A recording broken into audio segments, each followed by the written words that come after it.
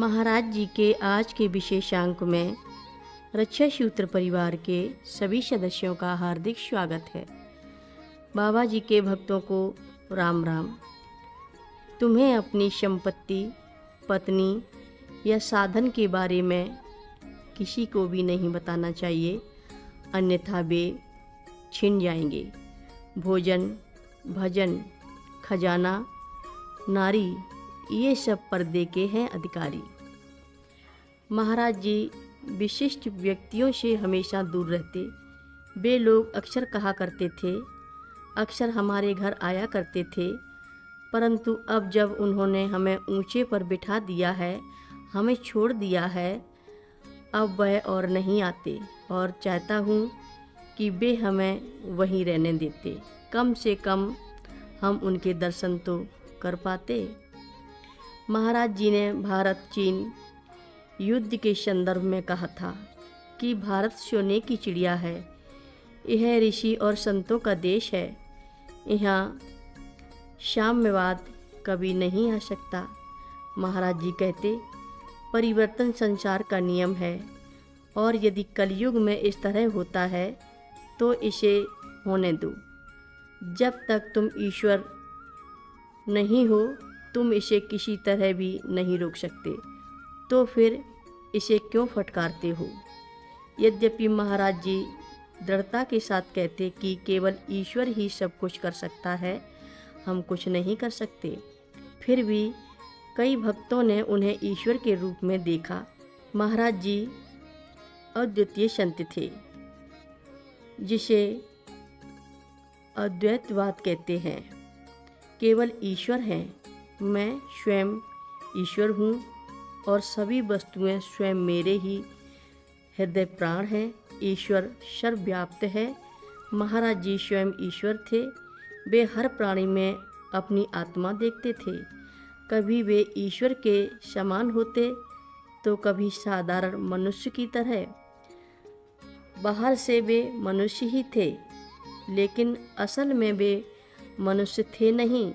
किसी से बात करते रहते, लेकिन होते अन्यंत्र कहीं।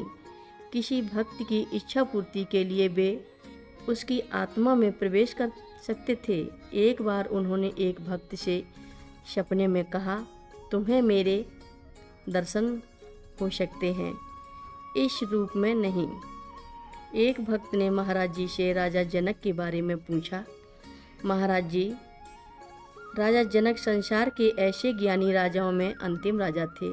महाराज जी ने कहा, नहीं, आज भी विश्व का एक ऐसा राजा है, अब भी जनक से भी बड़ा संपूर्ण विश्व का राजा है। वे कहते हैं, ईश्वर से या हनुमान जी से मांगो, हम तो एक साधारण से आदमी हैं, हम कुछ नहीं कर सकते। उनकी बातों से ध्वनि निकलती, मैं विश्व का पिता हूँ, सारा विश्व मेरा बच्चा है। बम्बई में एक साधु उन संतों के बारे में बताते थे जो सिद्ध लोक में हैं। वे कहते कि महाराज जी, हम सबसे ऊपर बर्फ़ में एक सफ़ेद पत्थर के ऊपर नग्न बैठे हुए हैं। महाराज जी के एक भक्त को तेज जहर दे दिया गया था। उसके बचने की आशा नहीं थी। महाराज जी ने कहा, तुझे यह थोड़े से कष्ट से ही संतोष करना चाहिए, इसमें से कुछ को भोगना ही चाहिए। महाराज जी की कृपा से वह भक्त बच गया। वह एक युवती बहुत बीमार रहती थी। महाराज जी ने कहा, उसे ठीक नहीं किया जा सकता, उसे अपने पिछले संस्कारों को तो भोगना ही होगा। उन्होंने उसे अपने मन को हमेशा भक्ति के विचारों में ही लगाए रखने के लिए कहा, अन्यथा वह सब कुछ खो बैठेगी। महाराज जी ने एक लड़की से 4 बार पूछा, तुझे दुख अच्छा लगता है या सुख? हर बार लड़की ने यही कहा, महाराज जी, मैंने कभी सुख देखा ही नहीं, सिर्फ दुख ही दुख देखा है। अंत में महाराज जी ने कहा, हम दुख पसंद करते हैं, इससे हम ईश्वर के समीप होते हैं। महाराज जी सभी विषयों पर आधिकारिक रूप से बात करते और सभी प्रश्नों के उत्तर भी देते। विषय ज्ञान मनुष्य से लेकर चंद्रमा अभियान से संबंधित हो सकता था। वे दर्पण के समान थे, जिस पर बात हो चुकी होती उस पर यदि दोबारा बात करने की कोशिश होती तो कहते हमें सब याद रहता है। वे सलाह देते कि प्रत्येक में ईश्वर को देखो। व्यक्तिगत मतभेदों व कर्मों के आधार पर शिक्षा देना धोखा मात्र है। हर रोज महाराज जी की कथाएं सुनने के लिए सभी भक्तों का धन्यवाद।